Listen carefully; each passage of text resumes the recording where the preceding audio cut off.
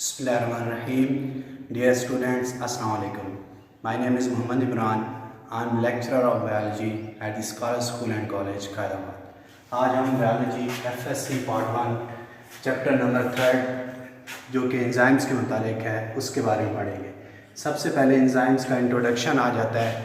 Introduction में हम एक एग्जांपल लेंगे, जैसे कि आप केमिस्ट्री में एक टर्म पढ़ते हैं कैटलिस्ट।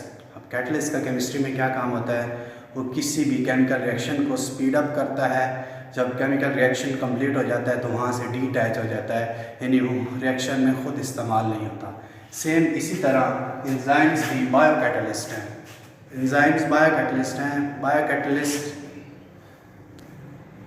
सेम इस तरह एंजाइम्स भी बायोकैटलिस्ट हैं, यानी लिविंग थिंग्स के अंदर, जानदारों के अंदर एंजाइम, जानदारों के अंदर जितने भी बायोकेमिकल रिएक्शन हो रहे होते हैं, एंजाइम्स उनको स्पीड अप करते हैं, उनका रिएक्शन रेट बढ़ाते हैं, और जब रिएक्शन कंप्लीट हो जाता है तो वहाँ से डीटैच हो जाते हैं, खुद इस्तेमाल नहीं होते। तो सबसे पहले हम एंजाइम्स की डेफिनेशन पे आ जाते हैं। एंजाइम की डेफिनेशन कर देते हैं। All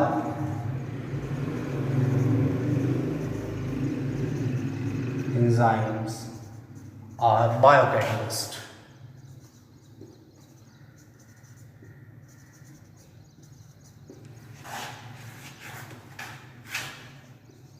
Which are made up of globular proteins.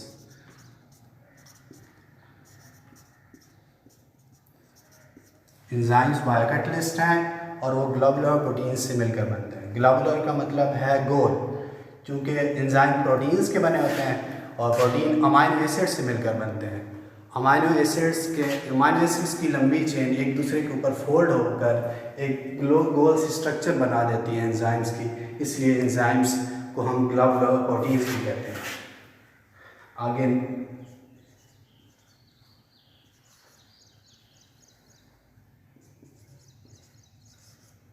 they speed up biochemical reactions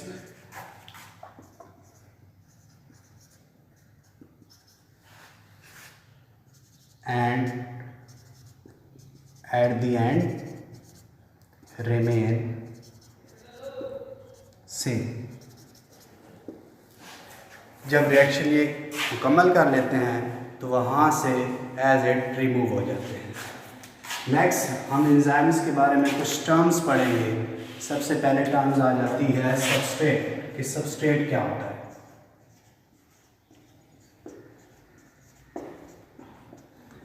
substrate वो मॉलिक्यूल है जिस पर एंजाइम असरअंदाज होते हैं, जिसके ऊपर एंजाइम अटैक करते हैं और उसको प्रोडक्ट में कन्वर्ट कर देते हैं। दूसरे लफ्ज़ों में हम सबस्ट्रेट को एज ए रिएक्टेंट्स भी कह सकते हैं। तो हम सबस्ट्रेट को डिफाइन करते हैं। सबस्ट्रेट आर मॉलिक्यूल्स और रिएक्टेंट्स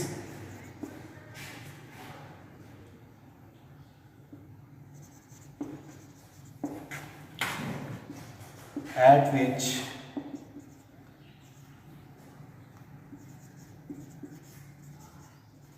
enzymes acts। सबस्ट्रेट वो मॉलिक्यूल या रिएक्टेंट हैं जिन पर एंजाइम्स असरअंदाज होते हैं। नेक्स्ट हमारे पास जो टर्म आ जाती है वो है एक्टिव साइट।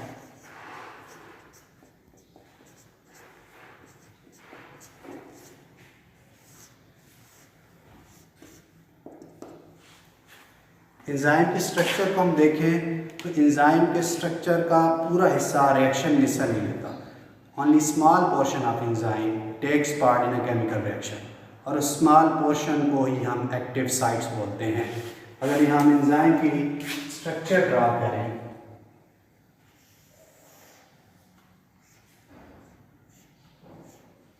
ये हमारे पास एंजाइम है। एंजाइम का ये सारा पोर्शन स्ट्रक्चर में हिस्सा ले रहा है, जबकि ये छोटा सा पोर्शन आपको जो नज़र आ रहा है ये रिएक्शन में हिस्सा लेता है, और इसको हम क्या बोलते हैं, एक्टिव साइट। यानी यही पोर्शन, स्मॉल पोर्शन सबस्ट्रेट के साथ जुड़ डिफाइन कर लेते हैं।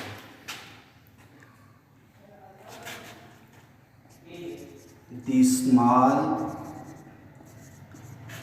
portion of enzymes which takes part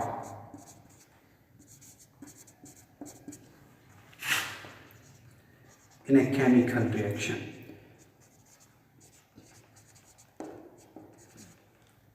is known as active site.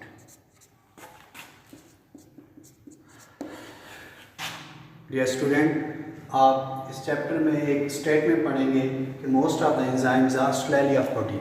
जो ज़्यादातर एंजाइम्स होते हैं वो सिर्फ और सिर्फ प्रोटीन से मिलकर बनते हैं, वो सिर्फ और सिर्फ प्रोटीन से मिलकर बनते हैं और अपना काम खूबी तरीके से सर अंजाम देते हैं। लेकिन कुछ एंजाइम्स को अच्छे तरीके से काम करने के लिए एक नॉन प्रोटीन पार्ट की ज़रूरत होती है ताकि वो बेहतर तरीके से काम कर सकें। उस नॉन प्रोटीन पार्ट को हम कोफैक्टर बोलते हैं। तो यहाँ हम कोफैक्टर को डिफाइन कर लेते हैं कि कोफैक्टर क्या होता है।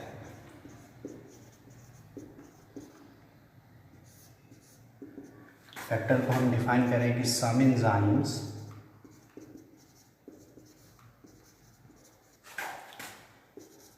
Need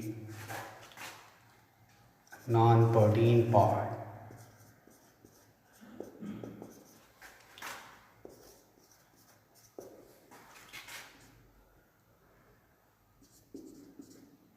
for their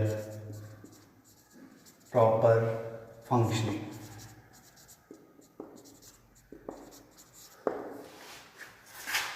Some enzymes need a non-protein part for their proper function. कुछ enzymes को एक non-protein part की ज़रूरत होती है ताकि वो बेहतर तरीके से काम कर लें। इसकी एग्जांपल हम यूँ लेंगे, जैसे एक पायलट के साथ को पायलट होता है।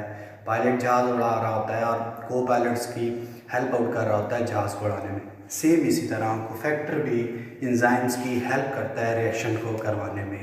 ये एक ब्रिज का भी काम करता है। ब्रिज का काम किस तरह करता है? ये सबस्ट्रेट और एंजाइम्स के दरमियान एक ब्रिज का काम करता है, उनको जोड़ता है और फिर उनको प्रोडक्ट में तब्दील करता है।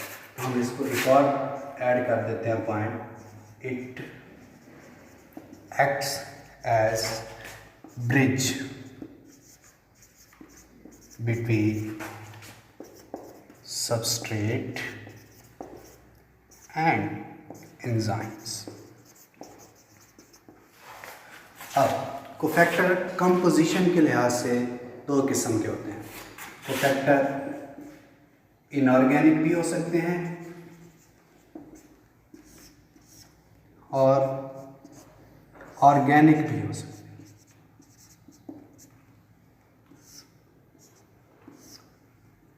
इनऑर्गेनिक में आप उनके मेटल आयंस आ जाते हैं। मेटल आयन जैसे कि Mg+2, Ca+2, Fe+2। और ऑर्गेनिक कोफैक्टर में riboflavin and heme portion, heme जो हीमोग्लोबिन का एक ऑर्गेनिक मॉलिक्यूल। नेक्स्ट हमारे पास टाइप्स ऑफ कोफैक्टर आ जाता है। बेसिकली कोफैक्टर की 3 टाइप्स हैं। इसमें पहली टाइप्स हमारे पास एक्टिवेटर है,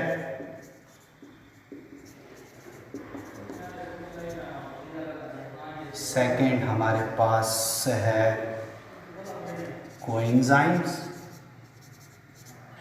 और थर्ड हमारे पास है प्रोस्थेटिक ग्रुप। जी, एक्टिवेटर्स जो डिटैचेबल कोफैक्टर होते हैं उनको हम एक्टिवेटर्स बोलते हैं। यानी थोड़ी देर के लिए आते हैं, एंजाइम के साथ अटैच होते हैं, एंजाइम्स को एक्टिवेट करते हैं, फिर उसके बाद डिटैच हो जाते हैं, एंजाइम अपना काम करना स्टार्ट कर देता है। तो डिटैचेबल कोफैक्टर को हम एक्टिवेटर बोलते हैं। तो इसको हम डिफाइन कर लेते हैं। Detachable cofactor is known as activator। और इसकी एग्जांपल्स में हम मेटल आयंस को लेंगे। मेटल आयंस पीछे हम देखा है, जैसे कि होगी हमारे पास मैग्नीशियम Mg+2, कैल्शियम +2 या प्लस प्लस बोल सकते हैं, या आयरन Fe+2। नेक्स्ट हमारे पास आ जाता है कोएंजाइम। अगर दो कोफैक्टर एंजाइम के साथ लूजली अटैच्ड हो, वीक बॉन्डिंग फॉर्म करें, तो उस एंजाइम्स को हम या उस कोफैक्टर को हम एंजाइम्स और कोफैक्टर को हम जो नेक्स्ट हमारे पास कोफैक्टर की टाइप आ जाती है वो कोएंजाइम है।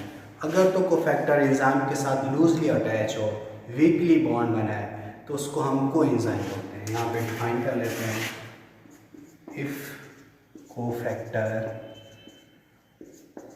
Forms weak bond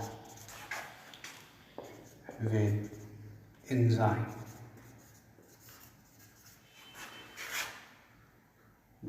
known as coenzyme, उसको हम कोएंजाइम्स कहेंगे। और कोएंजाइम्स में हमारे पास एग्जांपल्स आ जाएंगी NAD, FAD और vitamins. NAD nicotinamide adenine dinucleotide, FAD flavin adenine dinucleotide और विटामिन्स आपको पता है कि क्या। नेक्स्ट हमारे पास जो टाइप आ जाती है कोफैक्टर की, वह है प्रोस्थेटिक ग्रुप। अगर कोफैक्टर एंजाइम के साथ टाइटली बॉन्ड हो, कोवैलेंटली बॉन्ड बनाए, उसको हमको प्रोस्थेटिक ग्रुप बोलेंगे। तो यहाँ इसको हम डिफाइन कर लेते हैं, इफ कोफैक्टर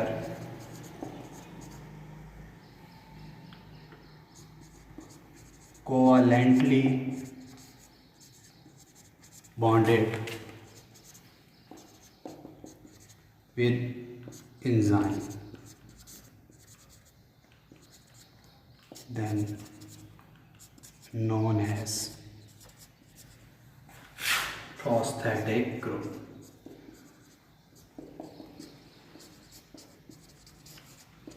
प्रोस्थेटिक ग्रुप की एग्जांपल हमारे पास हीम ग्रुप है। हीम ऑर्गेनिक मॉलिक्यूल होता है जो कि हीमोग्लोबिन के अंदर भी पाया जाता है। नेक्स्ट हमारे पास टाइप्स ऑफ एंजाइम्स आ जाती हैं। इस चैप्टर में बेसिकली एंजाइम्स की दो टाइप्स दी गई हैं, एक है एपो एंजाइम और सेकंड है होलो एंजाइम्स। फर्स्ट हमारे पास एपो एंजाइम्स आ जाता है, सेकंड पे है हमारे पास होलो एंजाइम्स आ जाता है।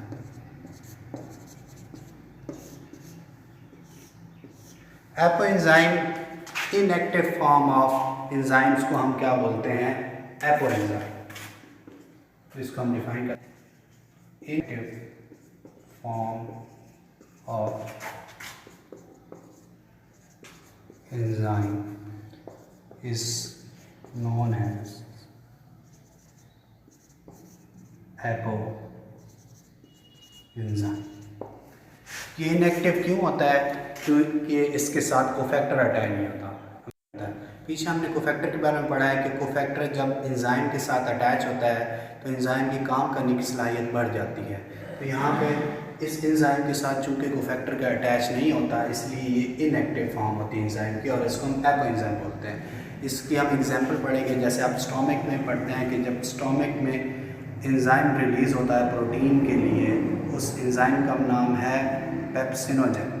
वो एक इनएक्टिव फॉर्म ऑफ एंजाइम होती है और बाद में कन्वर्ट होता है पेप्सिन में। तो हम यहाँ पे पेप्सिनोजन की एग्जांपल ले सकते हैं एपो एंजाइम के अंदर, सच एज पेप्सिनोजन। नेक्स्ट हमारे पास आ जाता है होलो। होलो का मतलब होता है कंप्लीट। कंप्लीट क्यों कहते हैं, क्योंकि ये एक्टिव फॉर्म ऑफ एंजाइम है, इसके साथ अटैच होता है ऑलरेडी कोफैक्टर और ये बेहतर तरीके से काम करता है। तो इसको हम डिफाइन कर लेते हैं, the active form of enzyme is known as holoenzyme. और इसमें हम एग्जाम्पल ले लेंगे पेप्सिन एक एक्टिव फॉर्म। मज़ीद एपो एंजाइम और होल एंजाइम का कंसेप्ट क्लियर करने के लिए हम यहाँ एक इक्वेशन लिखते हैं। अगर हम यहाँ पे एक एपो एंजाइम लिखें जो कि इनएक्टिव है और उसके साथ हम कोफैक्टर अटैच कर दें तो वो कन्वर्ट हो जाएगा एक्टिव फॉर्म में, यानी होलो एंजाइम के अंदर, जो कि एक एक्टिव फॉर्म ऑफ एंजाइम है।